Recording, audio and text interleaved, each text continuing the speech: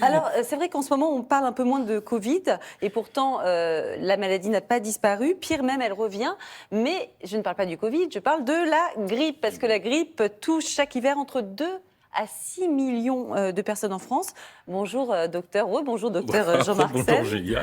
Alors, la campagne annuelle de Ouais. vaccination commence maintenant pour la grippe saisonnière.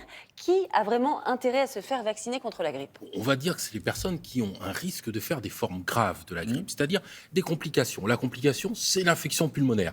L'infection pulmonaire, la pneumonie, comme on dit, qui emmène les gens quelquefois à se faire hospitaliser.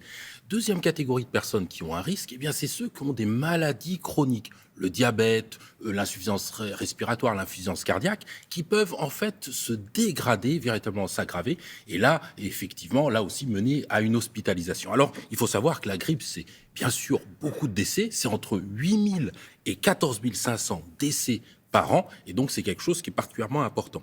Alors, qui est concerné au final? C'est les personnes de plus de 65 ans, de manière générale, les personnes qui souffrent, donc on vient de le dire, de pathologies chroniques, cardiaques, d'asthme, de diabète, les femmes enceintes, les personnes obèses, et puis l'entourage. L'entourage par exemple, des nourrissons ou de moins de 6 mois ou des personnes immunodéprimées, ou encore les professionnels qui sont au contact de personnes fragiles, donc dans les centres médico-sociaux, par exemple, ou les aides à domicile. Bon, et quelle est l'efficacité de ce vaccin de la grippe? Parce qu'on a tous déjà entendu parler de cas de personnes qui se disent « moi, je me suis fait vacciner, mais j'ai quand même chopé la grippe ». Et absolument, Thomas. Alors, il faut dire d'abord que ce vaccin n'est pas efficace à 100%. Il permet en gros d'éviter une grippe sur 2. Et puis, n'oublions pas qu'il faut à peu près 15 jours pour que ce vaccin soit efficace. L'autre chose, c'est Donc 15 jours entre le moment où on est piqué et le moment où il nous protège. Et oui, il nous D'accord. protège, absolument. Et puis, c'est variable d'une personne à l'autre, d'une saison même à l'autre. Ça va dépendre justement des éléments, des souches qui ont été retenues dans ce vaccin.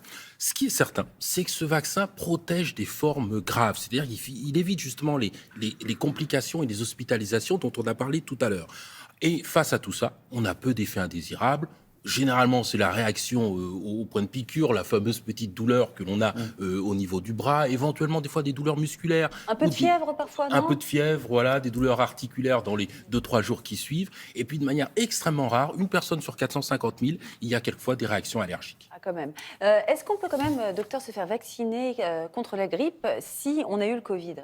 Eh bien oui, absolument, la réponse est très claire. Si on a eu le Covid, même si on a eu une forme grave, on peut se faire vacciner. J'irais même plus loin, c'est même recommandé de se faire vacciner parce que, en fait, les personnes qui ont eu ces formes graves, eh bien, sont à risque aussi de faire des complications de la grippe. En revanche, il faut juste vérifier qu'au moment où on se fait vacciner, on n'ait pas de fièvre, on ne soit pas malade, on n'ait pas de symptômes. Ça, c'est très important parce qu'à ce moment-là, il faut retarder la vaccination. De même, imaginons qu'on soit cas contact, eh bien on va attendre justement la période où on est isolé, les 7 jours, pour pouvoir, par précaution, pour pouvoir faire cette vaccination. On rappelle qu'il y a de rares contre-indications finalement à l'utilisation de vaccins contre la grippe. C'est par exemple si on est allergique à l'œuf, parce que dedans il y a des... Mais oui, parce que dedans en fait on utilise des protéines de l'œuf. Et donc si jamais on est allergique à l'œuf, eh ben on ne peut pas se faire vacciner contre la grippe. De rares cas aussi de certaines maladies auto-immunes qui atteignent le système nerveux central peuvent être une contre-indication. Mais bon, pour tout ça, il faut en parler évidemment à son médecin et c'est lui qui va déterminer la contre-indication. Évidemment. Alors, admettons, on veut éviter d'avoir la grippe parce que c'est quand même très pénible et très désagréable. Donc, on se dit, j'ai écouté le docteur Sed, je veux me faire vacciner. Je fais quoi? Je vais où? Je fais comment? On a le choix. On a le choix, Thomas. On peut aller chez son médecin traitant, on peut aller dans un centre de vaccination, on peut aller au médecin du travail, on peut aller chez la sage-femme. Le médecin du travail aussi peut vacciner Le contre médecin la du grippe. travail peut absolument vacciner contre la grippe. Un infirmier libéral, c'est aussi possible. Et les pharmaciens. Les pharmaciens peuvent vacciner depuis 2019 de manière très large. C'est pratique parce que justement, ça évite de devoir aller chez le médecin, se faire la prescription, retourner chez le pharmacien. Enfin, donc c'est quelque chose qui est tout à fait intéressant. Donc le parcours, c'est d'abord le médecin et puis après les professionnels qui peuvent nous Ça, c'est vacciner. le parcours général, mais on peut aller directement chez son pharmacien se faire Faut pas vacciner. d'ordonnance, si, faut une ordonnance Sans ou pas? ordonnance, Sans ordonnance. pour pouvoir se faire vacciner. Justement, si on a des cas d'allergie, où le pharmacien ne pourra pas vacciner, il faudra aller voir à ce moment-là le médecin au préalable, mais ça, il posera bien évidemment la question.